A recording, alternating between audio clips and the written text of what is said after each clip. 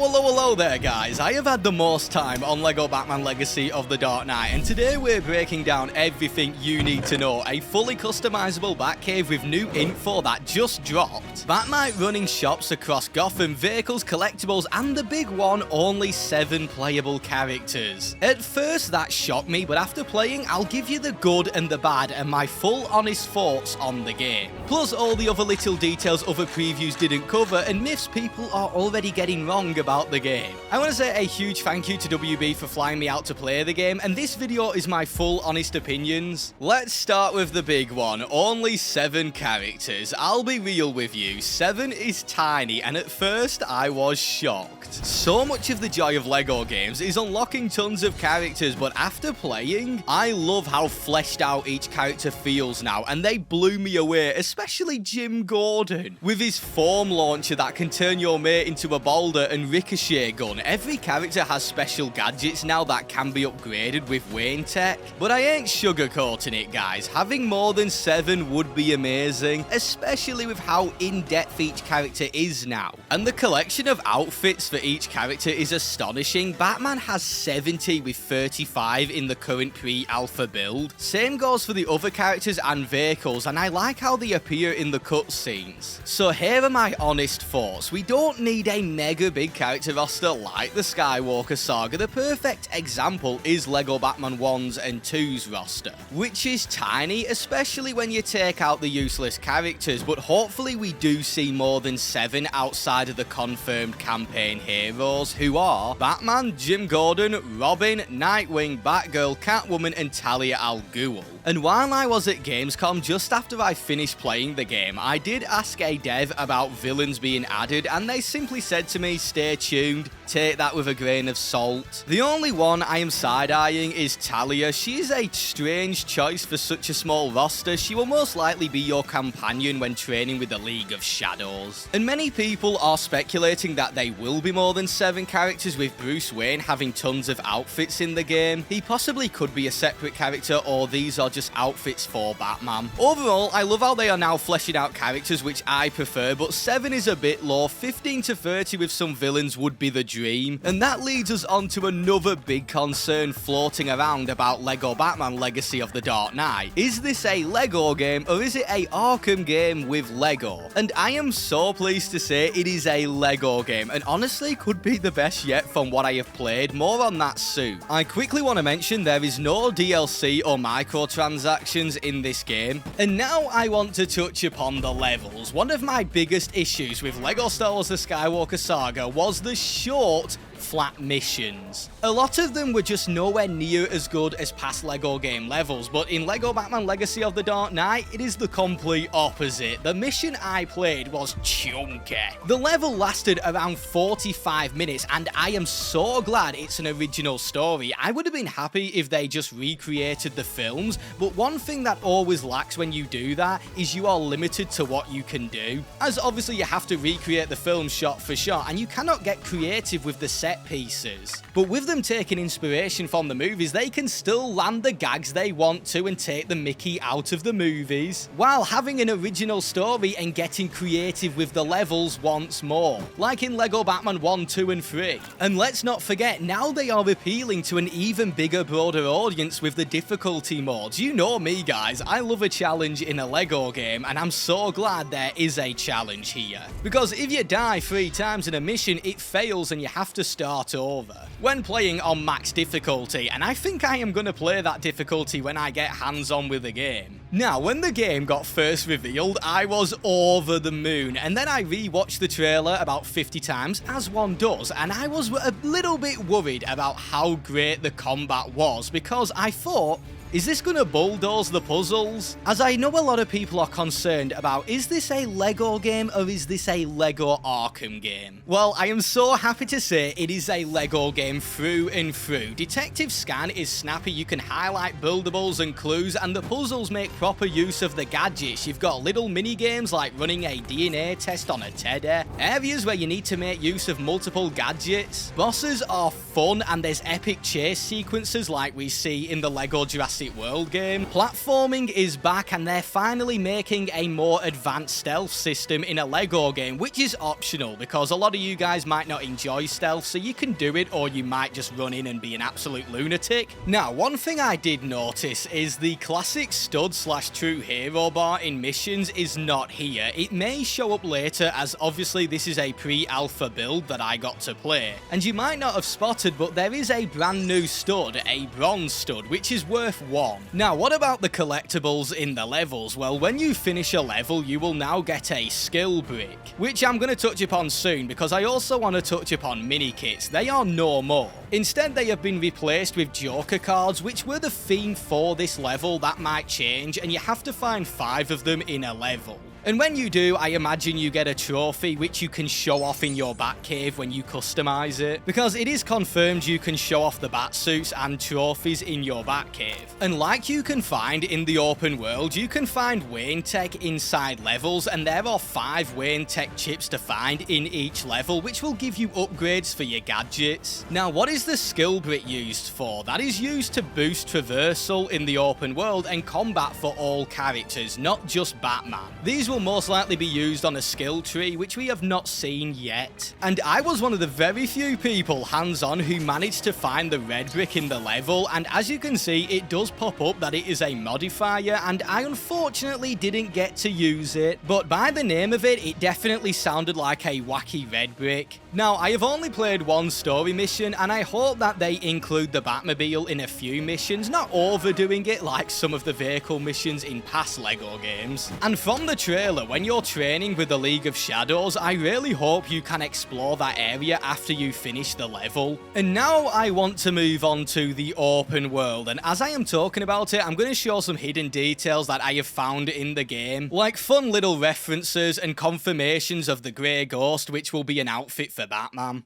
Gotham is back, goodbye planets, and honestly, I think this will be the best LEGO game open world. I spent hours in Tricorner Island, one of the 4 islands, and this is the smallest, and it already felt stacked. This is pre-alpha, remember, and the team over at TT Games told me that the open world is bigger than LEGO Batman 2's Gotham, and it's confirmed to be bigger than Arkham Knight's. I was blown away by the verticality, the density, and the variety in Gotham. Me and my girlfriend literally went around like Peter Parker, taking pictures of every single shop window, and every one is different. There's no lazy copy and paste. NPCs interact with things instead of just wandering aimlessly. Cars drive past playing music.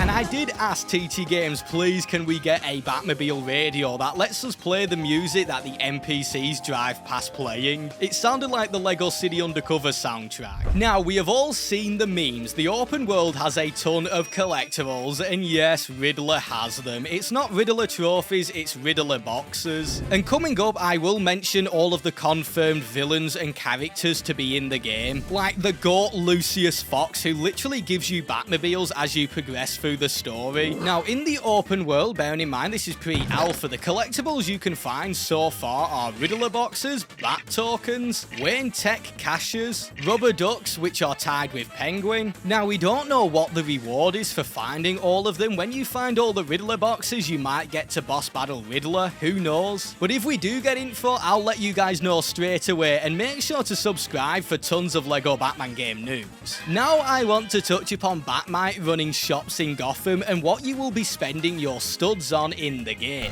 A big one is the Batsuits, and so far the confirmed Batsuits are the Batman 2022, The Dark Knight, Golden Age, Brave and the Bold, Rainbow Batman, Batman 66, Batman 89, and Batman Forever Sonar suit. And now the big interesting one is Batmite is back, and he has shops in the city where you can buy suits, vehicles, upgrades, and Batcave bits with your studs. I love the amount of love Batman Brave and the Bold is getting. That was my favourite suit to use in the game. And I remember in a past video asking for LEGO Games shops to return. It just beats buying stuff out of a grid or a character roster, and I'm so glad shops are back. And make sure, guys, to create a WB account and link your platform to get the free Golden Age Batsuit. And now I want to get on to what I am so excited about, the Batcave customization and the vehicles. First, I want to start off with, there are loads of Batmobiles, and Jonathan Smith literally said, "We've got all the Batmobiles." So far, we know the Charger, the 89, the Animated, the Tumbler, and the Arkham Tank and the 66 Batmobiles are in the game. And every single character will have vehicles. Here are all of Gordon's. And some you unlock through the story, which Lucius Fox hands to you, and others you have to buy with studs. And the vehicle handling is the best it's ever been in a LEGO game. Doing donuts and boosting and skimming around corners feels so good in Gotham. And in the open world, there are races you can participate in. And now the big one, the Batcave. I have been wanting to be able to customize something in a LEGO game to this scale for years. I have not seen it yet, and this is what I am so excited about. You start off with a small Batcave, then expand it over the story, a bit like how Batman does it in Batman Begins. You get a Batmobile garage, you can display suits, and place trophies and objects. It is a true collection space, and I am so excited to see this. I wonder how in-depth the customization will be. Can you change the layout of where the vehicles are? Who knows yet, but I'm so excited to see it. And comment below, what do you think is the best LEGO game Batcave out of all of the LEGO Batman games, including DC supervillains? And now I want to touch upon something that did upset me about LEGO Batman Legacy of the Dark Knight, and that is how it is a co-op game, but there is no online co-op, which stings in 2026. I understand why they didn't want to include it. They want people to go around to their friend's house and play the LEGO games like back in the day, which is obviously so much fun to do, and couch co-op is a big identity to the LEGO games, but you cannot always go around to your friend's house and play the game. It would just be nice to see online. And now let's talk about the villains that are confirmed to be in the game so far.